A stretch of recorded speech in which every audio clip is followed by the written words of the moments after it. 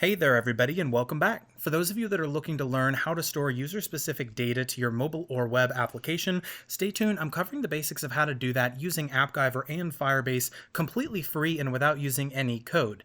Now, one thing to note is you should be able to use this same process for other backend databases as well as other mobile and web application builders. However, we're going to use Appgyver and Firebase just to show a method that works. So before we get started, don't forget to like and subscribe and check out the channel for new content. All right, so we're going to jump straight in. I have a couple of things built out already just to make the video a little bit quicker. If this is your first time seeing an Appgyver video, check out my channel or codelessfix.com. I have tons of other tutorials to help get you up to speed. Then you can join back to this video. Now, the reason you would want something like user-specific data is if you have a My Account page for your users, maybe you want them to be able to post data, just really anything that specifies this is user A, this is user B, if you want to have a ton of different users and basically give a more personalized experience. So in the Appgyver preview app, we are actually using the community edition, which is free, and then we will be using a free version of Firebase as well. So I'm going to show you what I've done already. That way you can pause the video and get caught up. So first things first, you can go over to Firebase, to the Firebase website, and you can sign in using your Gmail account or Google account, and we're using free Firebase account. So basically you just log in, and then you're going to need to set up a project. So when you go to the Firebase dashboard, there'll be multiple projects or none if you've never used it before. You can just click Start Project or Create Project. Then you'll need to name it. In my case, I just named mine Test. And then you'll go through basically choosing the server location and everything else.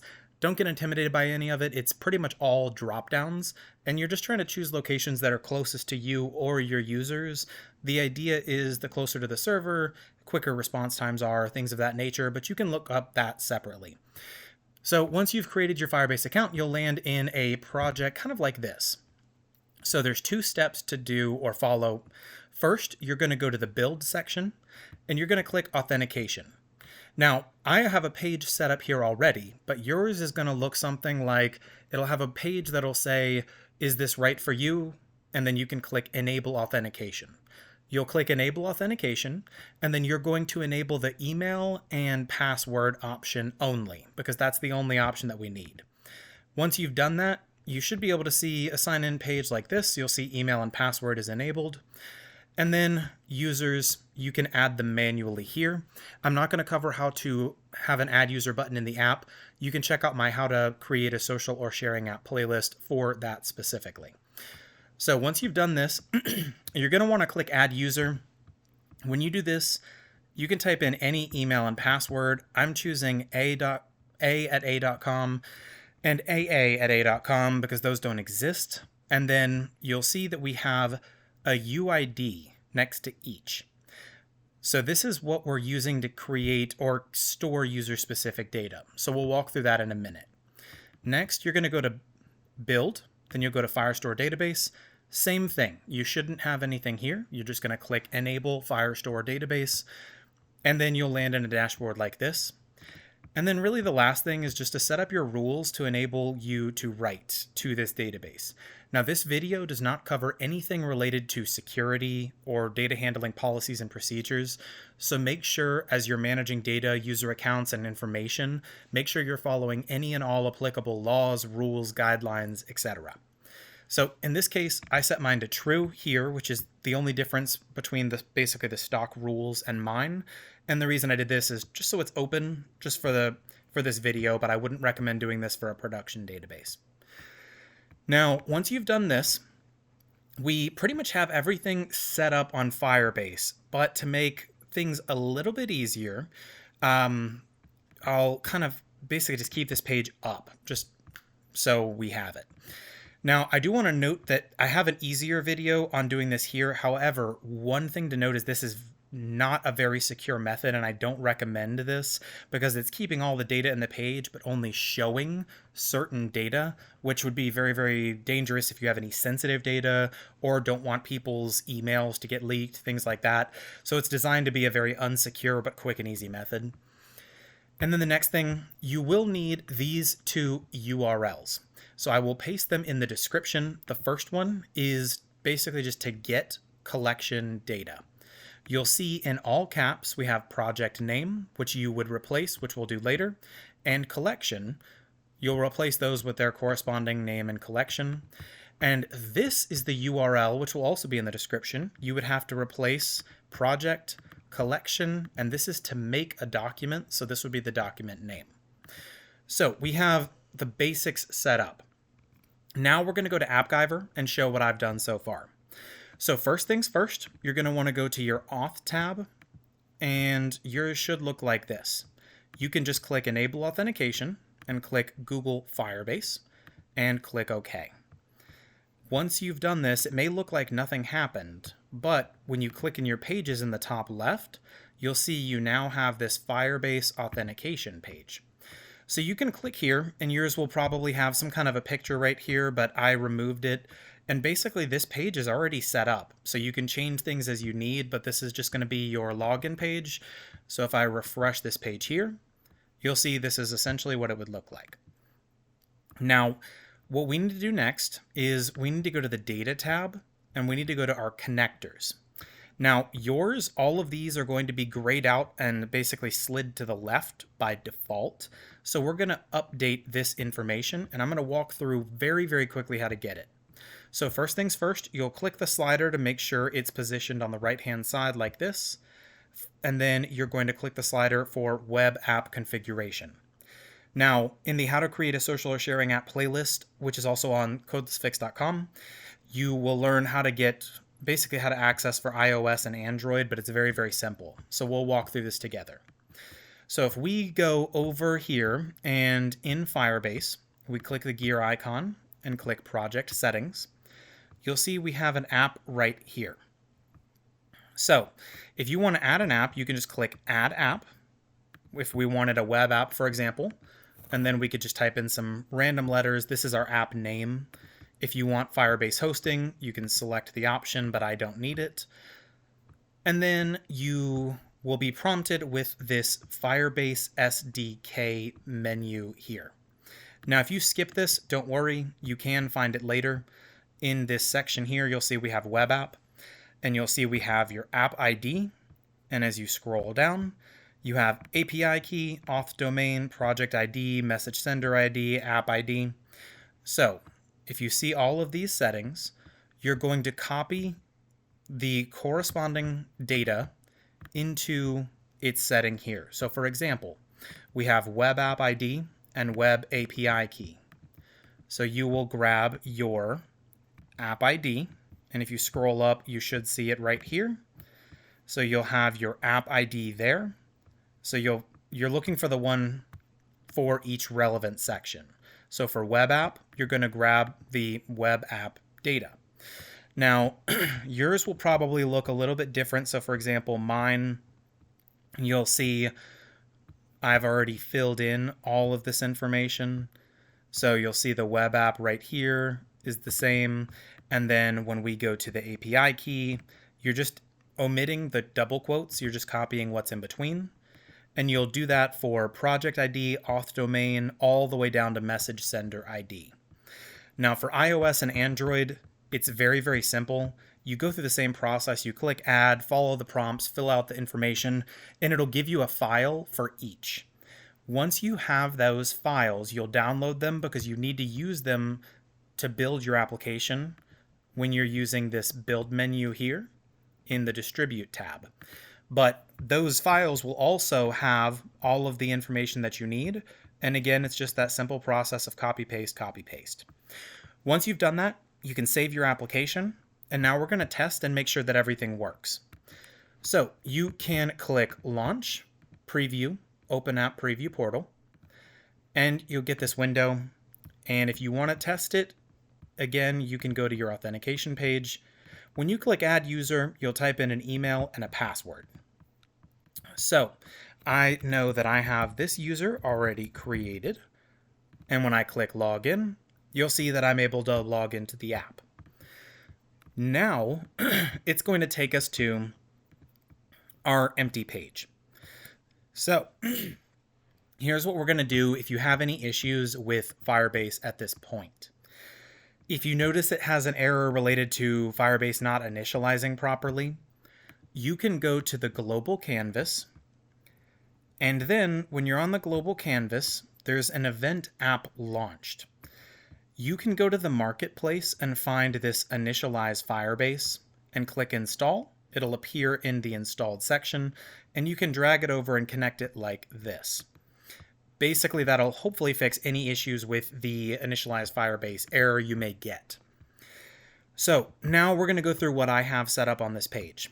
I've dragged the components for each of the following, so the title, the text, the input field, and the button. So you'll see we have a title, 5 input fields, a button. I've also added a list divider, and then my input fields. So really all of that's set up. Once you've done that, you may want to pause the video and resume. Now, once you've done that, you can click the slider, and we're going to need a couple of page variables. So I've added page variables for email, user ID, username, and then variable 1, 2, 3. And then what we're going to be doing is we have this text up here to edit it. You can just click and type over here. But for these 5, we're using a formula. So when we click the first one, you can click this box here and choose formula and click in here. Now, I'm going to explain this because I'm only going to show it for this particular one. So in this case, what we are going to be doing is we are going to be essentially typing in and kind of really just typing static and then what I'm going to call dynamic text. So there is a bit of a difference for these. So the idea for static text is it doesn't change. In double quotes, you'll see it says username, semicolon, and then there is a space, and then double quotes. This will always just say username. And then we have space plus space, which means we're concatenating or just putting these together. And then you'll see I've typed in pagevars.username. Now, if you want to see a quick shortcut, you can type in page, and you'll see it says page vars, and it has all of these options. This just stands for page variable or page variables. So you would double click the one for username, and this is going to insert the username when it finds it. So you can click save, and then you can repeat that process going all the way down. You'll see I have email, page vars email, and I have that for each of these input fields. They are corresponding to variable 1. Now, the update button just says update, and then we're going to go to our input fields. So the first input field, I've just called it username here, and then in the value section, we have username. So if you click here, and you click data and variables, page variable, you can find username and click save. You're going to repeat that process for any remaining options. For me, I just had the 3 variables. The reason email does not appear down here is we're grabbing the email from Firebase. We're not storing it, whereas these fields we are storing. So now you can feel free to take a break if you need to, but we have the basics built out. Now what we need to do is basically create some sample data. So we have a couple of choices to do this, but I've personally found the easiest route is to set something up in Firebase just to test and make sure it's working and to help us get kind of sample data and a schema set up. So what we're going to do is we're going to go find our user and we're going to copy this UID here. Then we're going to go to Firestore database and we're going to start a collection, and I'm just going to call this users. And next, the document is going to be basically that ID we just copied. And we're going to have 4 fields. We'll have username, field 1, field 2, field 3. And then we'll put hey, and we'll just type out 1, 2, 3, just so that we have some sample data. Now, it may take a second, but once it's populated, now we can test this out. So our project name, because this is the URL I mentioned earlier. So we're going to need the project name. You should be able to find it. So mine is technically called test, but you need the project ID, which should be right here. You can also find it up top in the URL next to the project text. So I'm going to paste this over top of the capital letters for project name and hit enter. It's not going to take me anywhere, and that's expected, because I also need the document or the collection. So think of the collection as this parent folder, and then the documents as the user IDs. So in this case, we have the ID here. It's everything to the right of 2F. So we'll grab that, or you can find it down here. And then we'll go back here and we will paste this in and hit enter. Now, when you do this, basically what you're expecting to see is the sample data that you just added. Now, in this case, you want to make sure that your rules say read write if equals true, or that you're using the corresponding security policy. And then again, the idea here is just making sure that you've typed out everything correctly. So we're going to just double check and make sure I have the correct and full collection. And actually, in this case, I forgot that we are looking for users. So that is something that I missed. So what we're going to do is type in users. And we may need a capital. I believe this is case sensitive. And here we are. So we have basically found the collection by the collection name. And that's really all that we need for now. So what we're going to do is we're going to copy this URL and go back to Appgyver. We're going to go to the data page, and I'll remove this just so we're basically doing this together. So what we're going to do is click remove. Now we're going to click save. So we're going to go add data resource, REST API direct integration. I'll call this users. Users will be the description. Now the resource URL, I'm going to cut starting next to projects. Now we're going to go to get record. And in this case, I'm going to paste in the remaining information here. So you'll see what we're doing is we're basically doing what we just did, where we're grabbing up to users. So we're accessing this page, but then we're taking it a step further and saying, find this user ID. So when we go to test, you should be able in your Firestore database to grab this document name, which again is your user ID here. And you should be able to paste that in here and click run test. Now, in case you're missing anything, when we accessed our URL, so you'll grab the link in the description, paste in your project ID and your collection name. The collection, again, is the parent folder, so that's right here. You'll paste it in so that in the base, we have the first half up to projects, and then in get record, we have the rest up to users, and then /ID in brackets, it's already here by default. And you'll see we already have the URL placeholder.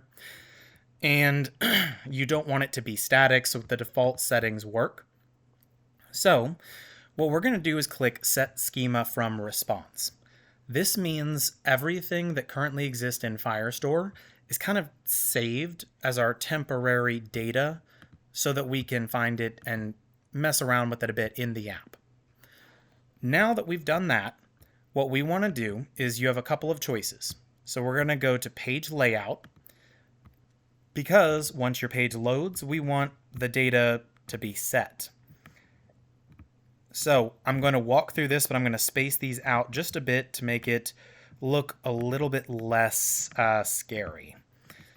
So what we're going to do is you go to Marketplace, and you have a couple of options. Typically, you can type in Firebase and find everything that you're going to need. So what we want is get current user.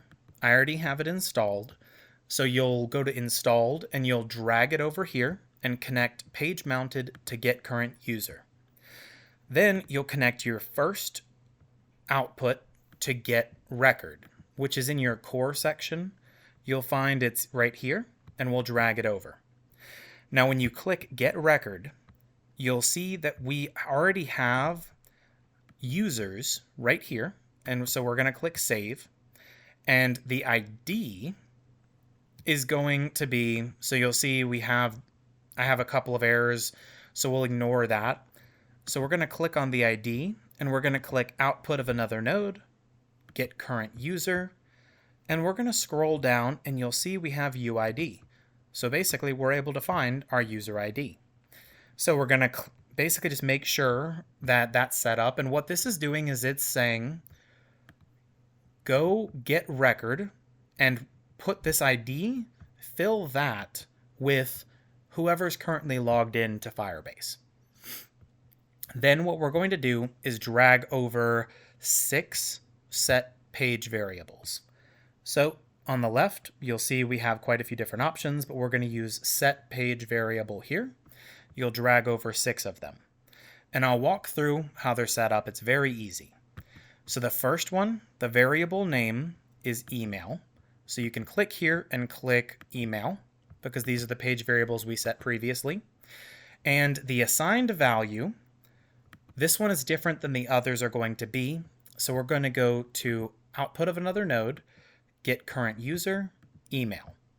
The reason is we don't want users to be able to change this and cause complications, so it's just going to grab their email from get current user.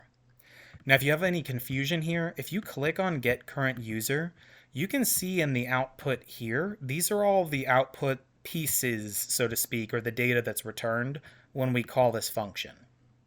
So we have set page variable. So we are setting email to the email that we get from here. Then the rest of them are going to be a little different. So we have set page variable. Now we're going to choose username. And the assigned value, I'm going to show you how I typed this one out. So we're going to get rid of everything, and we're going to type in the text out. When we do this, you'll see that we have outputs, and we're going to scroll past get current user, and we're going to find outputs of get record. And we're going to find output get record.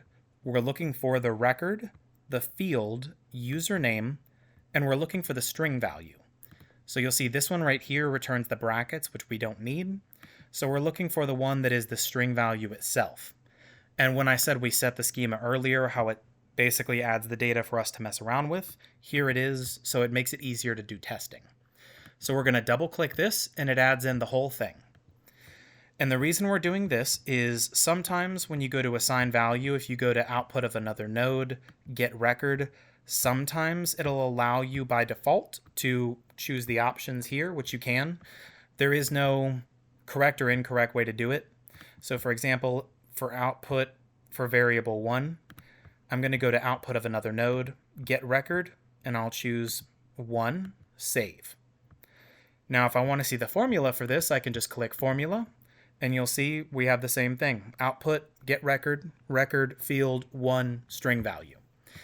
So basically, if you see any errors when you try to do the output of another node, you can just do the formula for it. So those are 2 different options for you. So now go ahead and set up your page variables for variables 1 through 3, username, and then the last one we're going to set, and also make sure you've set up any others you may have added. The last thing we'll do is we're going to set page variable user ID, and the assigned value is output of another node of get current user, user ID, or UID.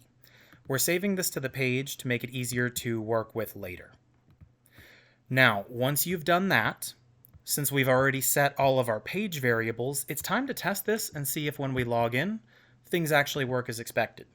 So in the preview app online, I'm going to refresh the page.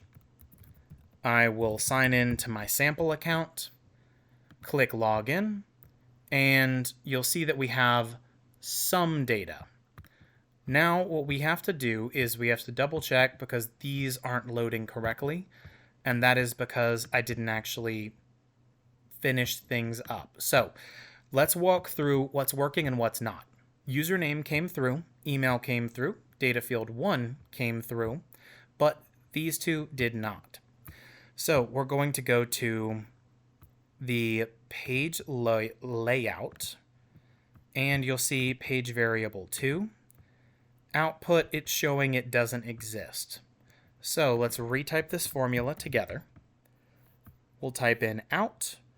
We'll scroll down, and basically we're looking for output field 2 string value.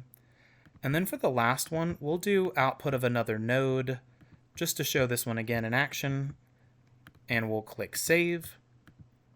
Let the page refresh, and now all of our data appears, and it appears down here as well.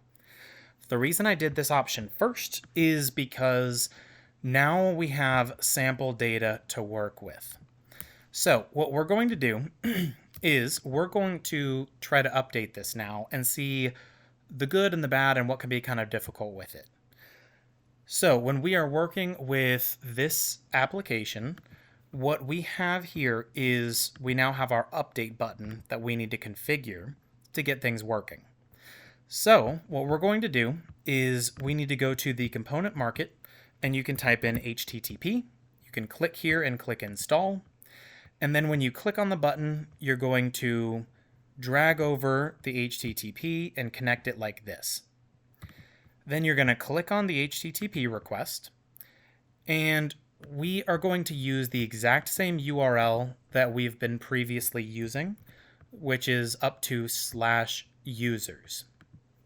So what we can do is we can actually paste it in directly here, and then we're going to put a /.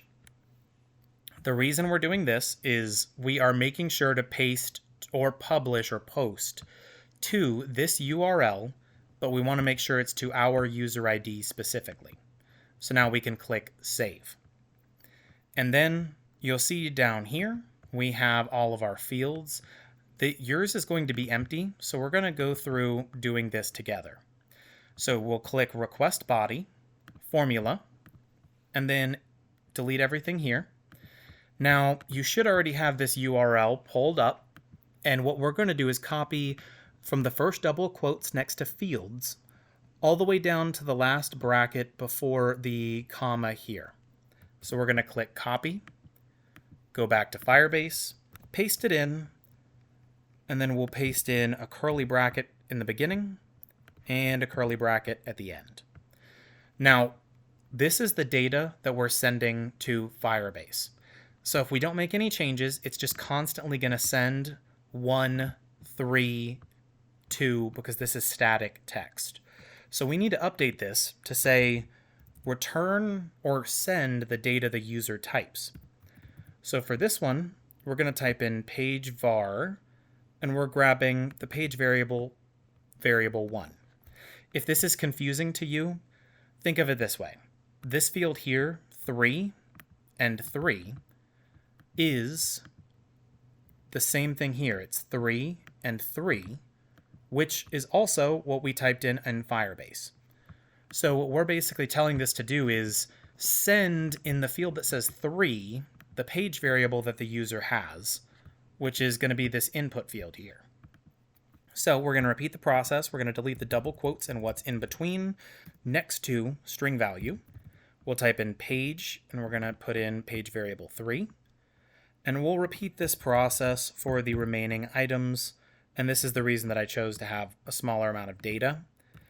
One thing to note, if you're working with really large data sets, I would recommend you consider using another editor and copy and paste into this.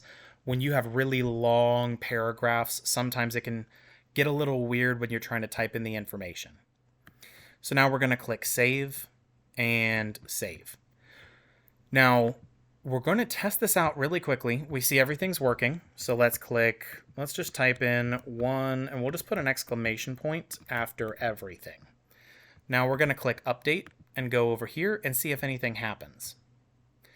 Now, you'll see if we refresh this page, which sometimes is needed, nothing has updated. The reason for that is this document already exists, and I've noticed for some reason, especially when using Appgyver, the put methods or updates don't really work. So for example, if we tried patch, it's not actually going to send this data. So we're going to type in some letters. If we click update, you'll see this one updates. So the patch might be working now. We'll have to test this out and see if it'll work repeatedly, in which case the alternative method I was going to go through isn't needed.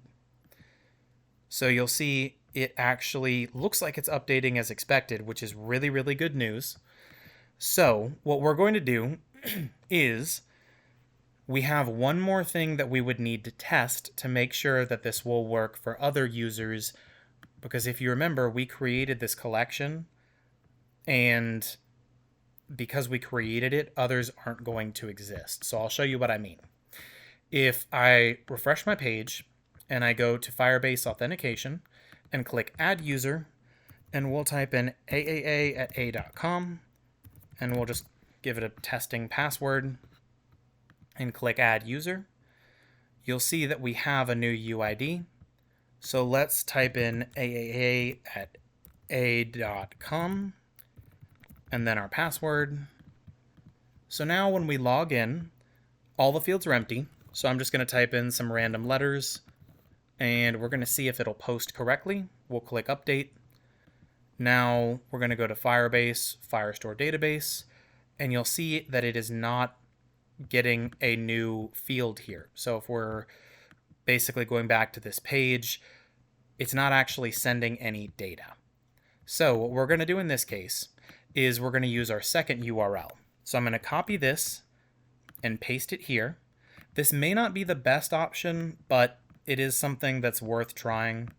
So what we're going to do is we're going to use the second URL, which is in the description, and we are going to go to this URL here, and basically what we're doing is pasting in, because we copied and pasted the post block, we're going to paste in our URL, and you'll see we just need to update project.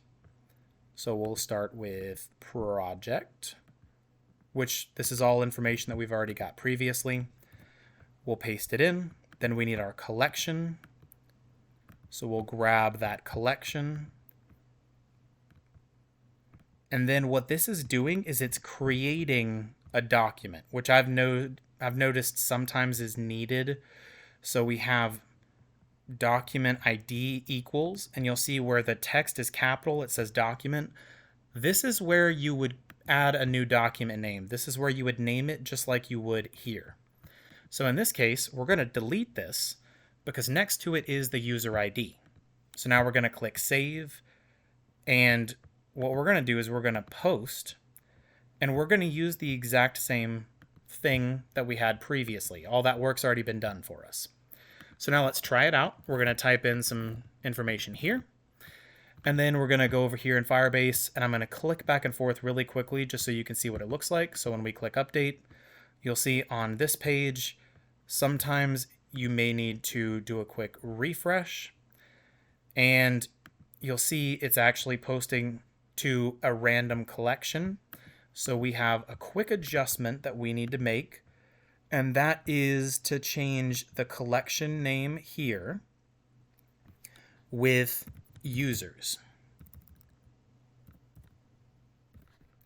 So we're going to save this and click Save, and then we're going to go to the users collection, and we're going to paste this, click Update, and jump over, and you'll see a new collection appeared. So we have these two collections that are now set up. And if we want the collection to update, then we'll just type in some more letters and click Update, and you'll see now it's adding in a new one. So this is not an ideal situation. It means we have a little bit of an issue with how it's grabbing and posting.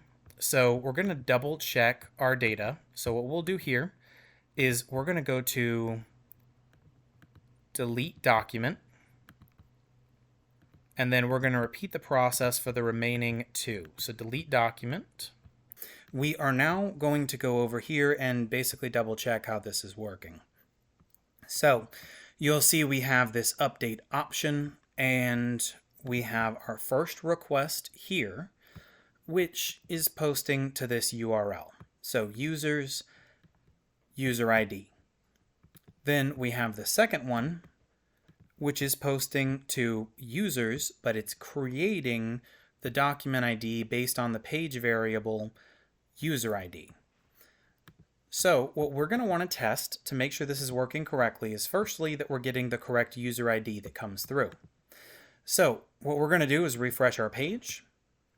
We'll start out with a@a.com, sign in, and we have no data. So we'll type in some random letters and random numbers and click update. Then when we go to our Firestore database, we should see this value here being updated, and you'll see we have this document ID, which is P8, or it starts with P8. Now you'll see none of these start with that user ID, which means we need to do some quick updates to the page layout since it's not getting the user ID or saving it correctly. So you'll see that we have the page variable user ID, and essentially we're going to go to the variable and find it and see if we've configured it incorrectly. So we have user ID, it's text, and there's no initial value, and we have example values. There's not really any type of special settings or anything with this, so this should be correct. So now what we're going to do is I'm going to move this and paste it up here, and I'm going to attach it to the output of get user, just basically getting it a little bit closer to the actual user function and not having it be dependent on this get record, which will essentially fail because there is no record.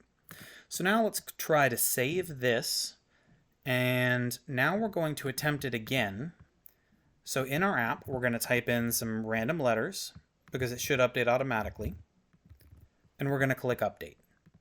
Now when we go to our Firestore database, we want to see if we get, so this one ends in GM2, and if we go to Firebase, we see an authentication. This ends in GM2. So this is now working as expected. Now we're going to test updating again and see what happens. So we're going to click update, go to Firestore database, and you'll see it is updating as expected. So we'll delete this document to reduce confusion. So now everything appears to be working, but we need to do some testing. So let's refresh the page to log us out. We'll log in as another user.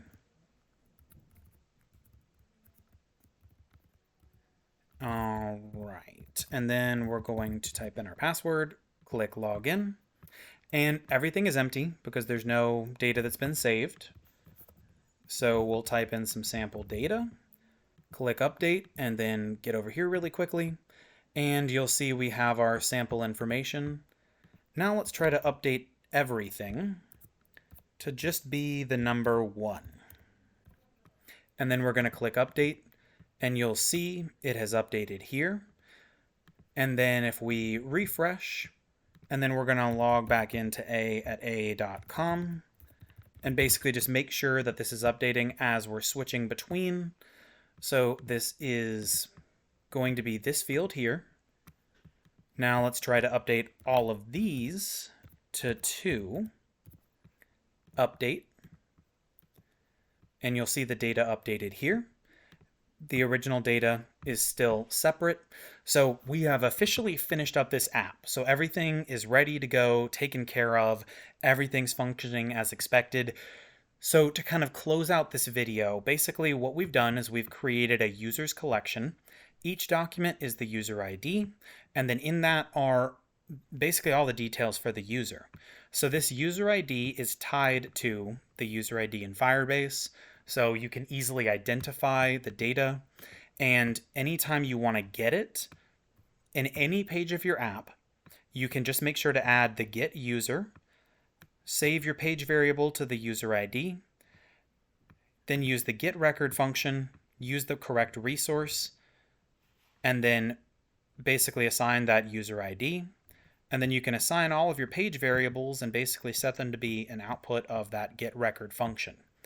Bear in mind that as users call this more and more frequently, usage in Firebase is going to rise. The free plan has limitations.